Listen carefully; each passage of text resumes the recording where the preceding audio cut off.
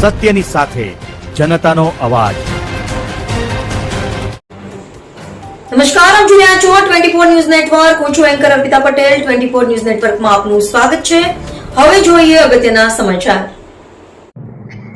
નારણપુરમાં જીઆઈડીસીના વિરોધમાં ગામ બંધ, વ્યારામાં હજારોની રેલી। તાપી જિલ્લાના ઉછલ તાલુકાના નારણપુર ગામે પ્રસ્તાવિત જીઆઈડીસીના વિરોધમાં ગ્રામજનોએ ગામ બંધ પાળી વિરોધ નોંધાવ્યો હતો। ત્યારબાદ વ્યારામાં ચીખલી નાકાથી કલેક્ટર કચેરી સુધી હજારો ગ્રામજનોની વિશાળ રેલી યોજાઈ હતી।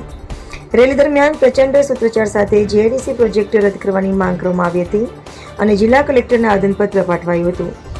ગ્રામજનોએ આક્ષેપ કર્યો હતો કે સર્વે નંબર 544ની સરકારી જમીન પર ગ્રામસભાની પૂર્વ મંજૂરી વિના જીઆઈડીસીની કાર્યવાહી હાથ ધરાઈ છે। પીઈએસએ એક્ટ તથા ગુજરાત પંચાયત અધિનિયમની જોગવાઈઓનું પાલન થયું ન હોવાનો પણ આક્ષેપ કરવામાં આવ્યો હતો। પ્રસ્તાવિત પ્રોજેક્ટથી નજીકની શાળાઓમાં અભ્યાસ કરતા વિદ્યાર્થીઓની સુરક્ષા, ખેતીની જમીન, ભૂગર્ભ જળ અને પર્યાવરણને નુકસાન થવાની ભીતિ ગ્રામજનોએ વ્યક્ત કરી હતી।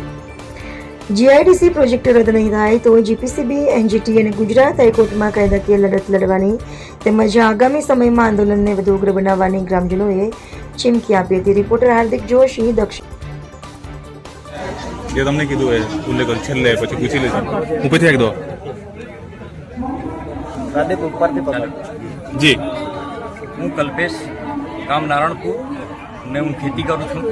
અમે અમારો પ્રશ્ન લઈને આવ્યા છે કલેક્ટર સાહેબ પાસે કે અમારા ગામમાં જે જીઆઈડીસી બનવા જઈ રહી છે, પડતર જે સરકારી પડતર એમાં જે જીઆઈડીસી બનવા જઈ રહી છે એનો સખત વિરોધ કરીએ છીએ અને અમારા ગામના લોકો, સરપંચ તેમજ તાલુકા પંચાયતના સભ્ય ને આજુબાજુ ગામના સરપંચો અમે સર્વ જનમેદની સાથે અહીંયા રજૂઆત કરવા આવ્યા છે અને અમે એ જીઆઈડીસી ઈચ્છતા નથી।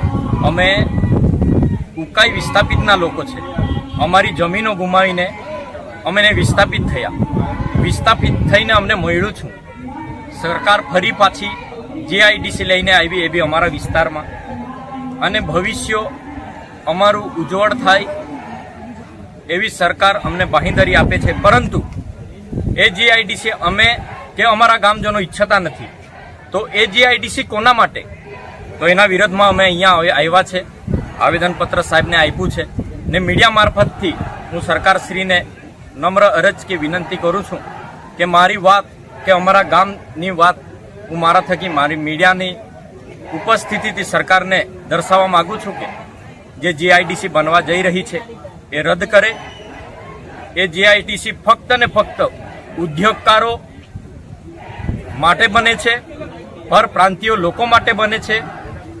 એ વસ્તુની અમે સખત વિરોધ કરીએ છીએ ને જો સરકાર કે તંત્ર એ વસ્તુને વહેલા તકે જો રદ કરવા નહીં ઈચ્છતી હોય તો અમે અનશન પર ઉતરીશું, આંદોલન કરીશું, બને તો રસ્તા આંદોલન કરીશું, ચક્કા જામ કરીશું અને બનશે તો અમે અમારા બિસ્તર પટલા લઈને એ જમીન પર રાત દિવસ અમે ત્યાં રહેવા તૈયાર પણ છીએ। આભાર। તાપી જિલ્લા કલેક્ટર દ્વારા શું જણાવવામાં આવ્યું તમને?